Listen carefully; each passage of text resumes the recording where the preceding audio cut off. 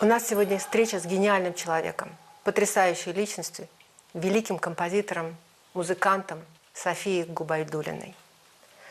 Мы находимся у нее в доме, в этом парадизе, в который она переехала 30 лет назад, чтобы в какой-то степени уйти в творческую самоизоляцию. София Агатовна, вы живете в Германии, и немецкая культура вам очень-очень много дала, и поэтому вы чувствуете себя как дома здесь тоже. Все-таки из немецкой культуры кого вы назовете, кто вам особенно близок, дорог? Иоганн Себастьян Бах и Бетховен. Почему Бах? Вот именно потому, что вот то противоречие, которое является моей болью, соотношение интуиции и интеллектуальной работы в процессе сочинительства. И с моей точки зрения, единственному человеку, которому удалось эти два свойства совместить, это как раз Иоганн Себастьян Бах. Поток интуиции у него огненный. И в это же время интеллектуальная работа настолько сильная, настолько ясная, классически ясная. И ни у кого другого я такого не могу найти. У него вот это совмещение интуиции и интеллектуальной взрывчатости настолько представлен ясно, что я никого другого не могу с ним рядом поставить.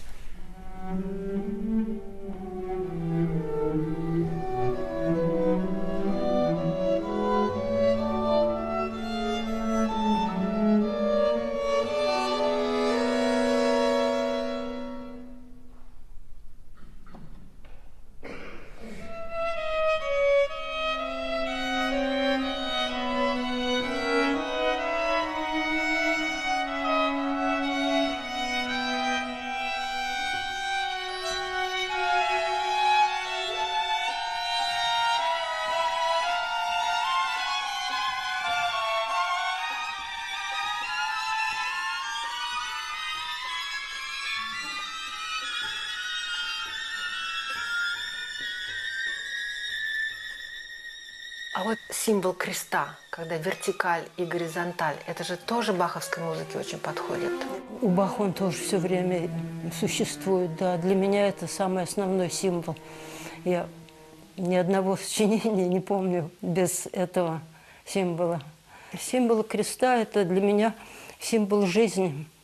И даже больше – символ бессмертия. Вот то, о чем люди постоянно говорят и стремятся к этому – они, правда, думают о своем собственном бессмертии. Я же думаю о бессмертии Бога.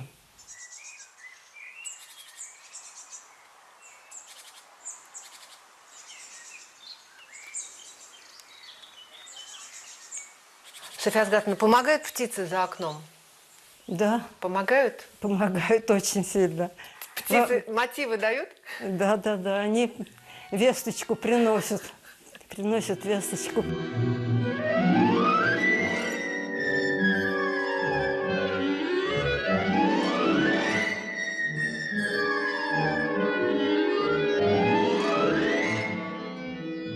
Мультфильм «Маугли». Я тут недавно поняла, что я этот фильм помню по музыке, потому что там очень мало слов. Маугли, он же мальчик дикий. Куча зверей. У каждого необыкновенная характеристика, такая очень личностная. Я помню, боже мой, думаю, а что бы был этот фильм без музыки? Он бы так не запомнился. Я даже, честно говоря, не знала, что вы написали музыку к этому мультфильму. Ну, в детской памяти я же не обратила внимания. И потом, когда я уже посмотрела, потрясающая музыка – это «Каждый день» доктора Калинниковой. Это же, вот, понимаете, даже вот этот визуальный ряд, он так бы не воспринимался без этой музыки. Чучело. Совершенно фантастическое.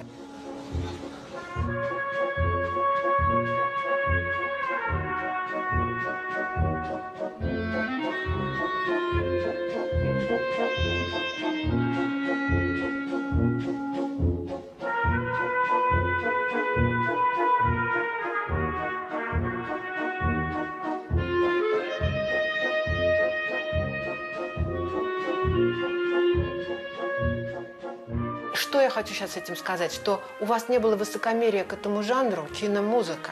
Ведь когда-то у многих, ну, кино подработать, там еще что-то. А у вас не было этого? Вы же делали это с отдачей, с полной. Да, конечно, конечно, с полной, по возможности. Ну, потому что там такие образы были созданы. А что ваше любимое вот из этих, из кинофильмов? Мне кажется, очень удалось работа под названием «Балаган» по Гарсии Лорка. «Балаган» Дона Кристобаля. Это с режиссером Идой Гараниной, уже нет ее, к сожалению. Вот это была, по-моему, хорошая очень работа. Омывает уснувший берег прохладной влага ночи.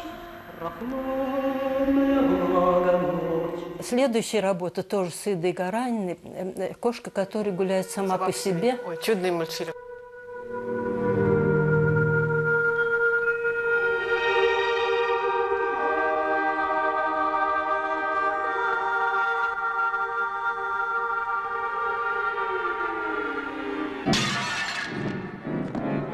Это была моя очень большая удача и очень большая неудача, потому что тот восторг, который мы испытывали на записи и на том, когда все эти разные слои соединялись вместе, и все мы радовались, как получается, потом все закрылось словесным слоем. И в фильме уже нет этой прекрасной коровы, которая фантазирует что-то корова. Конь, который бежит и за горизонт. Что там за горизонтом? За горизонтом! Что там за горизонтом? За горизонтом! За горизонтом! И все это закрылось. Музыка, к сожалению, там не звучит. Совсем. Вот я вас сейчас слушаю, вы знаете, у меня такое впечатление, что вы вообще вне возраста, что вот такой, знаете, просто восхищенный ребенок вспоминает вот эту корову, эти фильмы. А вот когда вы создавали, у вас же тогда дочка была маленькая, наверное, да, вот в это время. Вы как с ней обсуждали вот это, она участвовала в этом? Нет, она не участвовала в этом. Дело в том, что мне очень помогли с дочкой мои родители, и они главным образом общались с моей дочкой, а мне давали возможность работать. То есть она жила в Казани, получается? Да, она жила у родителей, у моих родителей. Она появилась у меня в Москве только когда 13 лет было уже. Ну, ваша дочка, как я понимаю, это абсолютно ангел. Вот до сих пор, несмотря на то, что я знаю, что ее нету больше, но она, тем не менее, есть, потому что абсолютно такой ваш большой был друг, и, может быть, даже больше ваша мама, чем вы ее. Во всяком случае, я так ощущала, что она – это стержень, за который я могу зацепиться. Как она меня ощущала, я просто не знаю. Но я ощущала так, что она мой спаситель. И она всегда берет меня за руку, и я чувствую, что боль моя утихает. У нее было вот какое-то такое свойство чисто женское. Я была потрясена совершенно, когда она сказала, что самое большое счастье у нее, когда она родила ребенка. Материнство. Она была чистая женщина. И это потрясающе. Когда есть люди, которые могут назвать себя чистой женщиной. Вот она была женщиной. Женственность – это такое качество, за которое действительно можно зацепиться, потому что, сами понимаете, материнская энергия самая сильная. И самая созидательная. Самая сильная, да, материнская энергия – это та, без остатка отдать себя другому существу, то есть своему ребенку. Ну, это чистая природа. Абсолютно. Это природа. Ну, а вы разве не чистая женщина? Я не чистая, я ужасная грешница. Ну, а в чем это выражается? Ну, не будем об этом. Не будем.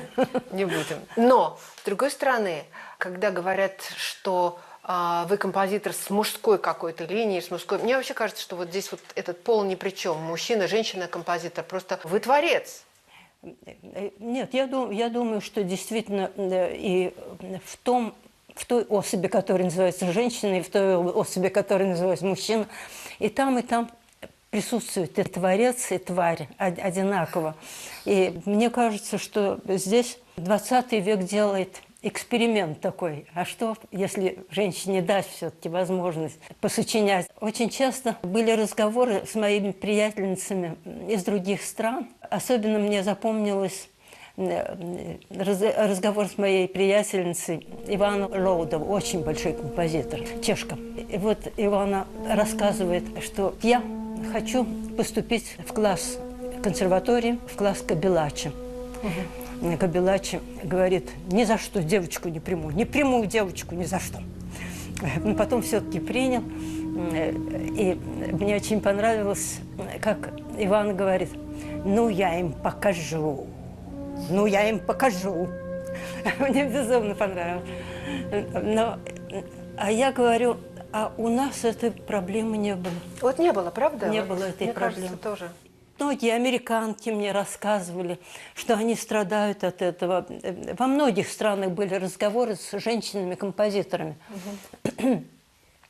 И каждый раз я им говорила, что вот много чего претерпела. Конечно, жизнь не была совсем гладкой. Вот. Но как раз этой проблемы не существовало. Много чего они запрещали, вот, например, религиозность запрещали, там, я не знаю. Но почему-то женщин они не стали обижать.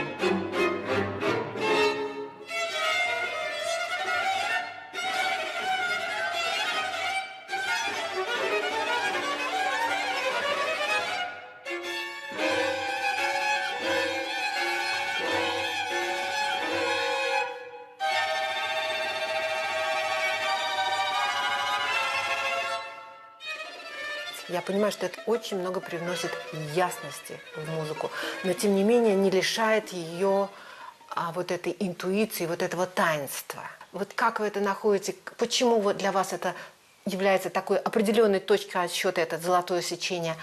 Дело в том, что все художники этим занимаются. Вот этот ориентир у них явился потому, что это не только художественная проблема, а это проблема опять натуры, самой жизни.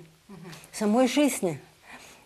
Потому что и ученые доказывают, что буквально в каждой клеточке нашего организма существует вот этот закон, вот это деление не на две равные части, а на две неравные части. И вот это сечение, неравенство, которое является совершенством в жизни. Это настолько природное свойство, что не может не быть ориентиром для человека, который хочет что-то сотворить. То есть не совсем одинаковое, это не значит не гармоничное. В том-то и дело, Да. что здесь заключена какая-то такая тайна природы самой жизни, которая не разгадана, и которую художники хотят использовать для того, чтобы приблизиться как можно ближе к этой тайне. И поэтому очень многие работают над этим. Это не значит, что мы что-то открыли, и вот она, берите ее, эту тайну. Нет, она и останется тайной. Дело в том, что этот ряд Фибоначчи содержит в себе то свойство, что чем дальше по этому ряду, по числовому идешь, тем совершенство достигается наиболее ясно. Но никогда не достигается полного. Недостижимо. То есть совершенство недостижимо. Недостижимо. И вот эта мысль, она совершенно потрясающая для всей жизни и для конкретного сочинения. И это только попытки. Это попытки. А вот что делать без симметрии? Опять вы вы задаете вопрос, что делать, ставя мою мысль, которая из идеала Да. должна спуститься на землю, плоскость. да, на плоскость, да. Да, что делать? Да. Хорошо, не что делать, а как с симметрией? Пытаться разгадать. В этом смысле мне так восторг перед поэтом Т.С. Эллиот. Ой, да, потрясающе. Да. И вот его слова: «Нам, художникам, остаются только попытки». Мне настолько это важно, что... А он как раз этим всем занимался. Он всем занимался. Он написал 4 эти квартета, гениальные совершенно. Высказывание такое: человек не должен быть высокомерным. Он не должен разгадать эту тайну. Так она и останется. И пусть останется. А нам остаются попытки. Это тоже очень много.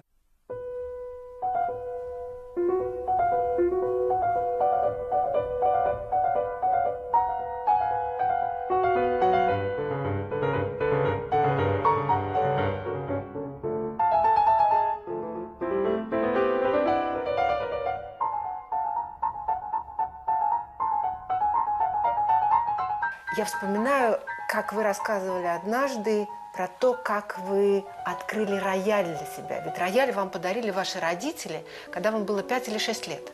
Вот представляете, какие родители, чтобы подарить не пианино, а рояль. Да, да. Я думаю, что это кардинальная разница. Потому что если бы, да, вот если бы, потому что в рояль же можно просто залезть. Да. Я сама в детстве провела под роялем, знаете, сколько времени? Да. Да, и там постучать, можно и по деке, и звуки какие удивительные вообще, как в преисподней. А там акустика какая? Какая, в том-то и дело, да. И, значит, вы начали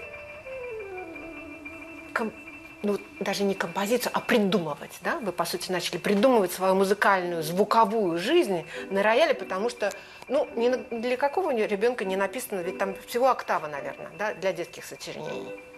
Да? Больше так, чтобы 2 ручки вместе помещались. А здесь вот когда целая вот такая...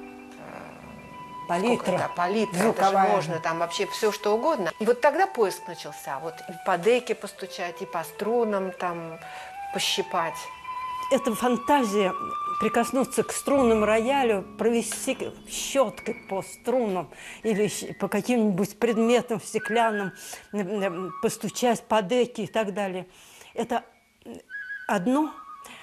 А вот очень интересно для меня было впечатление импровизации на клавиатуре в самом раннем возрасте, когда я еще не понимала ничего, кроме того, что вот существует возможность ее использовать или не использовать.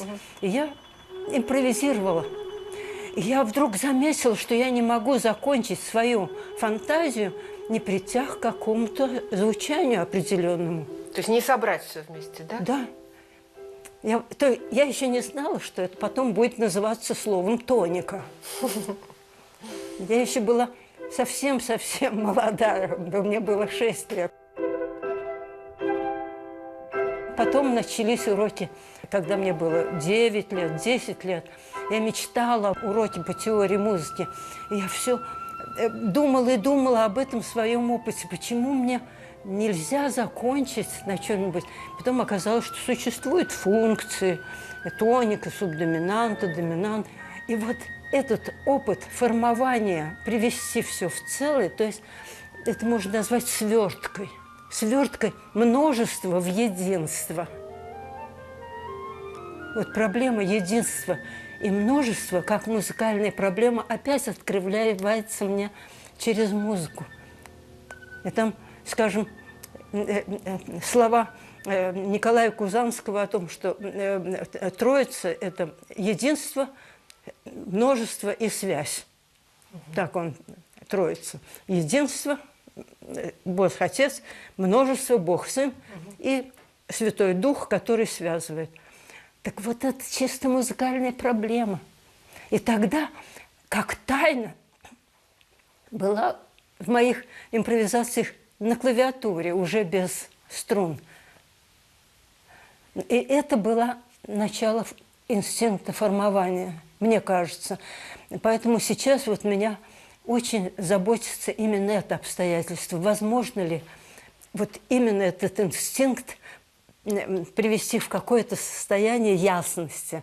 Как раз это вот мое последнее, мое желание с тем, что я сейчас делаю. Я делаю вещи для Бетховена. К юбилею вы имеете в виду? Это его юбилей, это его год, день да. рождения. Я делаю... Я написала уже вторую часть этого сочинения, готова, вторая часть. А сейчас я заканчиваю предварительную часть, которую должна закончить. Это вещь двухчастная. «Гнев Божий» – это финал, который уже готов. А сейчас пролог, подзаголовок «Должно ли так быть?» Это из разговора с самим Бетховеном, у которого есть эта фраза, только не такая, как у меня, а так, как он понимал в квартете. В квартете написано словами «Muss es sein».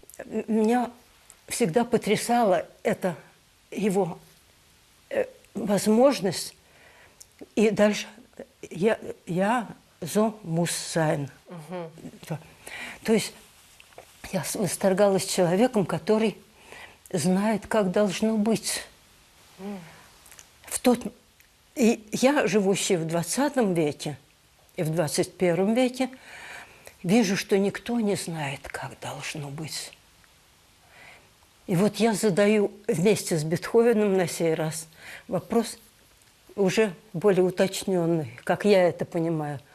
Должно ли так быть? Это пролог и ответ «Божий гнев». А для какого состава это? Для Большого симфонического оркестра это сочинение заказано Лейпцигским. Гевандхаузен. Гевандхаус. И я не знаю, удастся ли мне закончить это, потому что я сейчас в черновике готова все, но мне нужно еще переписать. Успею я или не успею, я не знаю, но для меня это сочинение является действительно подарком Бетховену. И если даже не будет исполнено, ну ничего не поделаешь.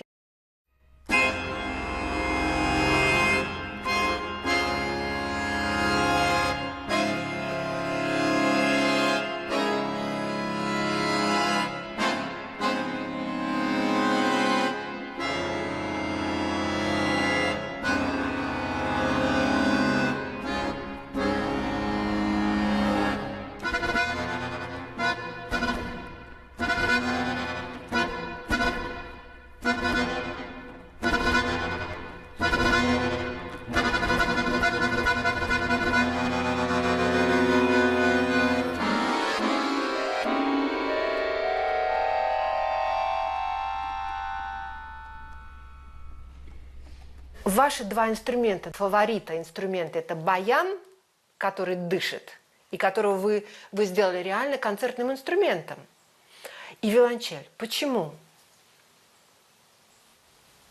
А это как раз происходит от исполнителей, от их инициативы. И к баяну меня привел Фридрих Липс, безусловно, потрясающий музыкант.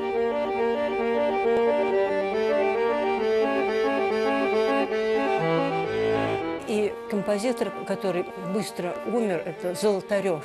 Тогда Фридрих исполнил сочинение Золотарева. А Золотарев не только композитор, но и исполнитель. И поэтому он понимал больше душу инструмента. И это, конечно, шло от исполнителей. Виолончель, безусловно, Владимир Танха, Иван Манигети, Давид Герингас, ну, Мстислав Ростропович. Здесь мне действительно повезло, здесь я не заслужила.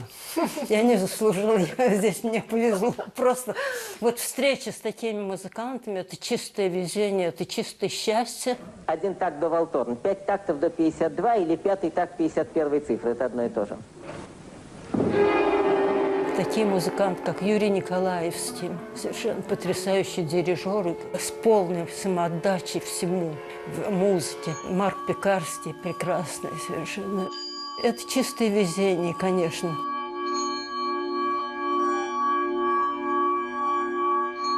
Гидон Кремер. А Гедон, какая это музыка, что он творит в звуках.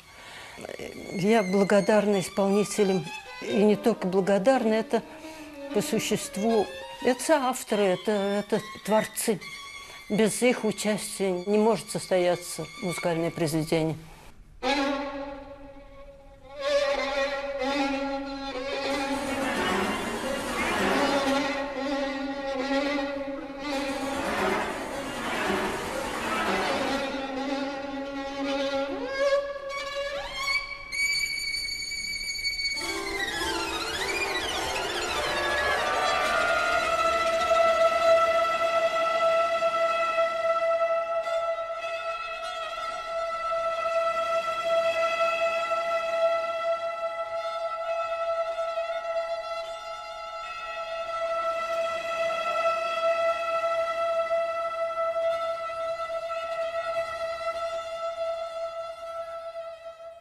Софья Асгатовна, а вас никогда не пугало, что вот публика может что-то не понять? А особенно, когда это же было то время, когда вот эти шорохи, это какие-то другие звуки, например, тот же танха, да, он уже выдает такие звуки, которые нормальный слушатель не привык, он не знает, что виолончель вообще может такие звуки издавать, правильно?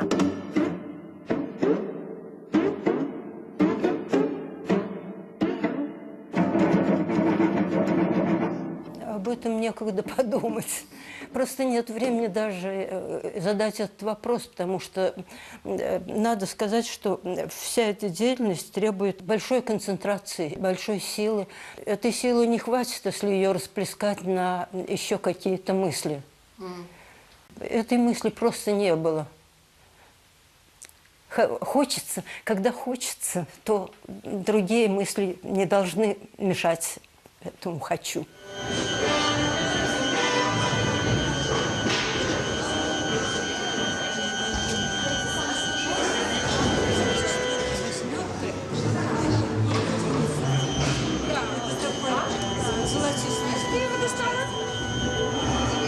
Не отдельно, а они соединяют. Хорошо.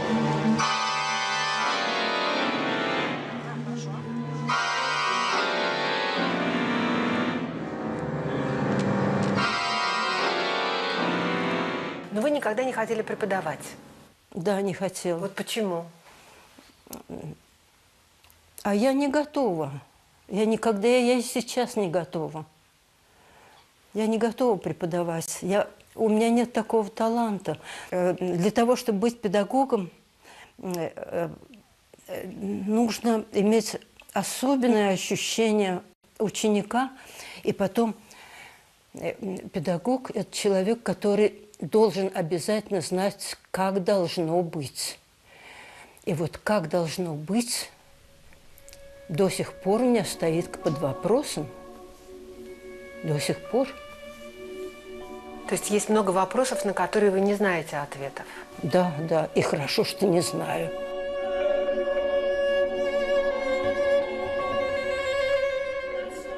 Самое главное, что я думаю, что очень правильно, ни в коем случае не надо было заниматься педагогикой. Я должна была бы знать ответ. Мне хотелось разгадать другие тайны. Но это бесконечный процесс.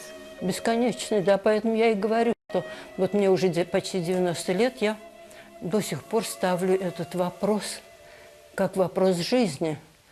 Сейчас это сочинение для меня как бы завершающее. И вместе с Бетховеном я это делаю.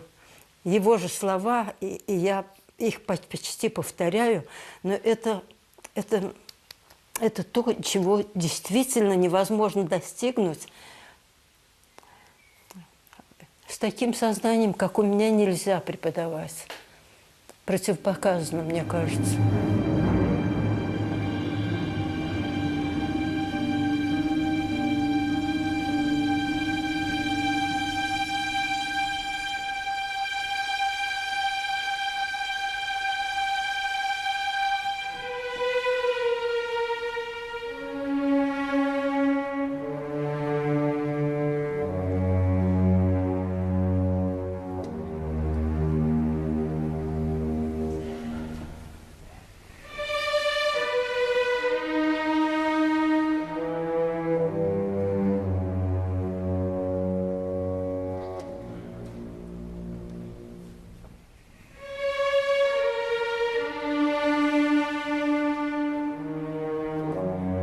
София Асгатовна, вот о чем особенно болит душа сегодня? Я бы сказала, что самая большая боль у меня – это перенапряжение цивилизации, которую я воспринимаю как личную боль. Перенапряжение цивилизации, который я понимаю как продолжение тех перенапряжений, которые были и раньше, и которые давали какие-то ответы пока. И какой ответ мы дадим, ведь неизвестно, а мы просто болеем, и все сейчас. Мы болеем. И не только коронавирусом. Нет, коронавирус только показывает, что и еще одна боль. Но на самом деле это перенапряжение цивилизационное. А вот не показала ли эта ситуация с пандемией, что все-таки мир един, а он так вот разъединяется, и вот сейчас новые такие националистические какие-то возникают течения, то есть вообще мир снова как-то начинает разваливаться? Да, положение очень, очень сложное, особенно с вопросом об эгоизме, о слове «эгоизм». Сейчас очень часто употребляют слово «национальный эгоизм». Не спасет ли мир национальные эгоизмы? Так вот, мне кажется, что тут тоже есть такое противоречие, которое почти непреодолимо. Это, с одной стороны, все богатства множество национальностей, которые в мире существовали и существуют до сих пор, это огромное богатство. Это огромное богатство, если мы встречаем, там, скажем, людей, занимающихся искусством в Японии, например. Какие там открытия, откровения, сущностные откровения, или в Китае, или в Австралии, была я там однажды, где угодно мы встречаем множество национальностей, которые дали колоссальное богатство. И всему миру, по сути. Да. И с другой стороны, я вижу ту тенденцию, что национальности в нашем мире, они уже являются чем-то насильственно сохраняемым.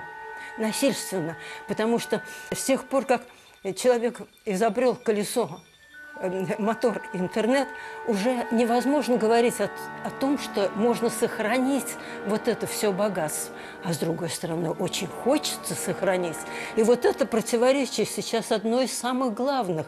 Потому что история наша, вся наша жизнь идет на интеграцию, на смешение. Мы не можем закрыть глаза на то, что я, например, полукровка. И множество людей, меня окружающих, это уже не чистые национальности. Значит, чистые национальности остаются в очень редких экземплярах.